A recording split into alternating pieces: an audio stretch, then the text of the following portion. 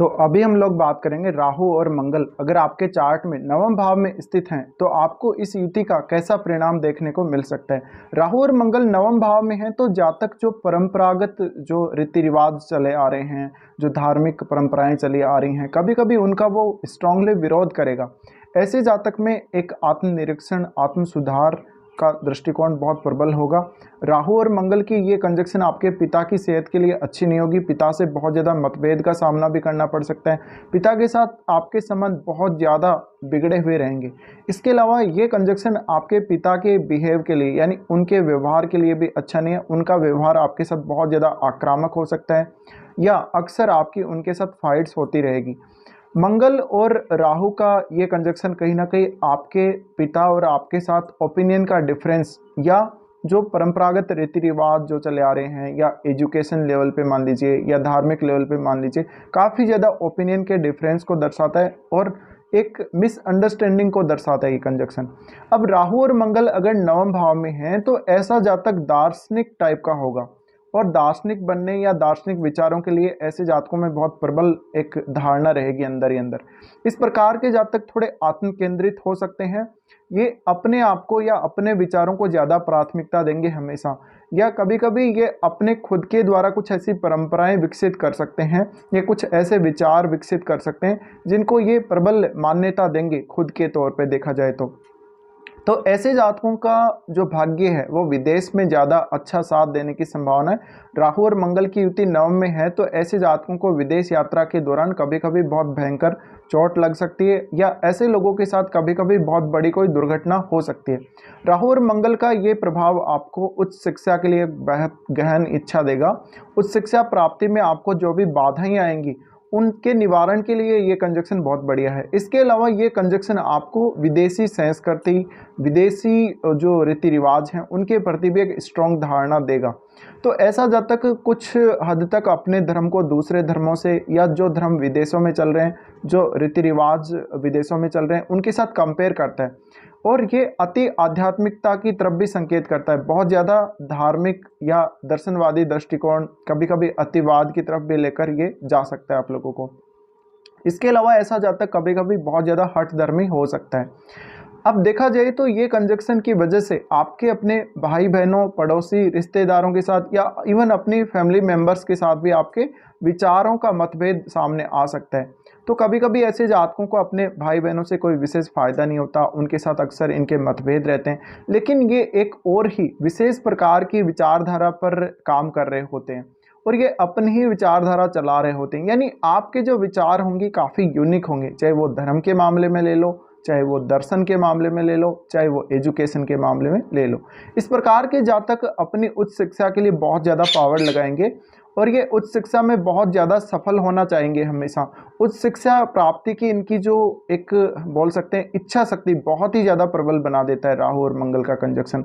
राहु और मंगल का कंजक्शन नवम में है तो ऐसा जातक बहुत बार विदेश यात्रा करेगा और इवन वो अपने घर से काफ़ी दूर रहेगा। अगर विदेश यात्रा होती नहीं है तो ऐसा जातक किसी दूसरे राज्य में शिक्षा ग्रहण करने जरूर जाएगा। अब आपकी कुंडली में आप ये देखिए कि मंगल कौन कौन से भावों के स्वामी हैं। कुंडली में मंगल जिन भी भावों के स्वामी होंगे उन भावों से जुड़े हुए जो आपके रिश्ते हैं उनके साथ आपका बहुत ज़्यादा वैचारिक मतभेद रहेगा। इस प्रकार के जातकों को पूजा पाठ करने की या मंत्र साधना या इस प्रकार का कोई भी कार्य करने की या ज्योतिष वगैरह इस प्रकार के जो मिस्टिक साइंसेज हैं उनको सीखने की प्रबल इच्छा रहेगी। साथ साथ में आप बहुत ही ज़्यादा गहनता के साथ किसी विषय में उतरेंगे। जब भी आप कोई विषय के बारे में सोचेंगे तो बहुत गहराई से और हर काम को आप त्वरित रूप से बहुत तेज़ी से करना चाहेंगे। ऐसे में कभी कभी आप गलत निर्णय ले लेते हैं या आप सोचते बाद में है, निर्णय पहले लेते हैं। साथ ही जातक का जो शुरुआती करियर है हो सकता है इतना ज़्यादा स्टेबल ना हो। जातक धार्मिक मामलों में बहुत ज़्यादा फेमस भी हो सकता है, कोई अच्छी पर्सनैलिटी वो हो सकता है, बहुत अच्छा दार्शनिक हो सकता है वो। इस प्रकार का जातक कोई बहुत अच्छा प्रोफेसर भी बन सकता है। इस प्रकार के जातकों को टेक्निकल फील्ड का नॉलेज ज़्यादा होगा तो ये टेक्निकल फील्ड में एक अच्छे मास्टर बन सकते हैं अपने विषय में। साथ साथ में ऐसे जातक इंजीनियरिंग या इस प्रकार के क्षेत्रों में भी काफ़ी अच्छा काम कर सकते हैं। अब देखा जाए तो मंगल आपकी कुंडली में जिन भावों का भी स्वामी है उन भावों से संबंधित कार्यों के लिए आप अक्सर विदेश जाते रहेंगे बार बार और ये जो कंजक्शन है कहीं ना कहीं राहु, क्योंकि यहाँ पर राहु की दृष्टि आपके लगन पे पड़ रही होती है, तो जातक की जो उत्कंठा है, जातक के जो विचार हैं, उनको कहीं ना कहीं राहु बहुत ज़्यादा मैनिपुलेट करने का काम करेगा। अब मंगल अगर राहु के साथ वक्री हो गया तो वक्री मंगल ज़्यादा कहीं ना कहीं प्रभाव डालेगा, आक्रामक ज़्यादा होगा। इस वजह से मंगल की इस प्रवृत्ति की वजह से आपको काफ़ी बार जीवन में कुछ ऐसी घटनाएं देखने को मिल सकती हैं जहां पर आप बहुत ज़्यादा तेज़ी से काम करते हुए अपने आप को देखेंगे। साथ ही कहीं भी किसी भी धर्म का अगर विरोध हो रहा है, उसके विरोध में आप अपनी आवाज़ ज़रूर उठाएंगे। तो हम ये भी बोल सकते हैं कि ये जातक कुछ ऐसे हो सकते हैं जो किसी भी विचार के खिलाफ, किसी भी धर्म या दर्शन के खिलाफ अपनी आवाज़ बहुत स्ट्रांगली बुलंद करेंगे। मान लीजिए किसी भी देश में किसी पर्टिकुलर धर्म के विरोध में कोई बातें हो रही हैं, तो वहाँ पर आप अपना विचार जरूर रखेंगे, अपने मत आप वहाँ पर जरूर रखेंगे। इस प्रकार के जातकों की एक बहुत ही अलग विचारधारा सामने आती है। जब ये हायर स्टडी की तरफ देखते हैं तो हायर स्टडी में ये बहुत ज़्यादा अपने बल पे कहीं ना कहीं अच्छा कर सकते हैं, और इनकी जो उत्कंठा है ज़्यादा से ज़्यादा पढ़ने की और ज़्यादा से ज़्यादा चीज़ों को सीखने की रहती है। ऐसे जातकों में आध्यात्मिक क्रिएटिविटी का विकास होता है आगे चल के।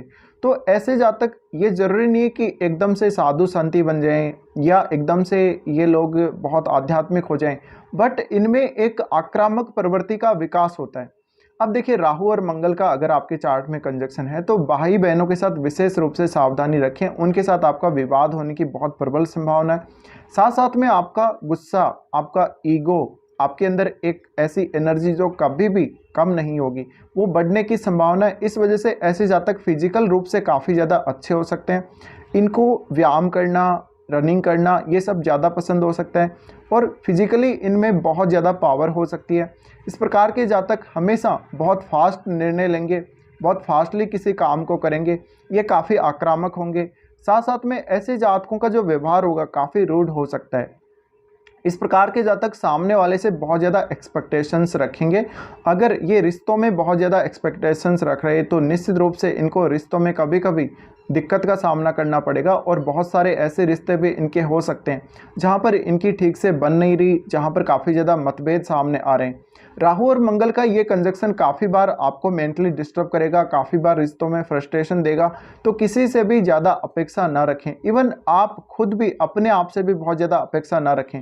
साथ ही राहु और मंगल का कंजक्शन है तो ये राहु मंगल की जो पावर है उसको ज़्यादा बढ़ाने का काम करता है। तो इसलिए ये भी है कि आपकी कुंडली में मंगल जिन भावों के स्वामी हैं, उन भावों से संबंधित चीज़ें अचीव करने में आप पूरी फोर्स लगा देंगे जीवन में।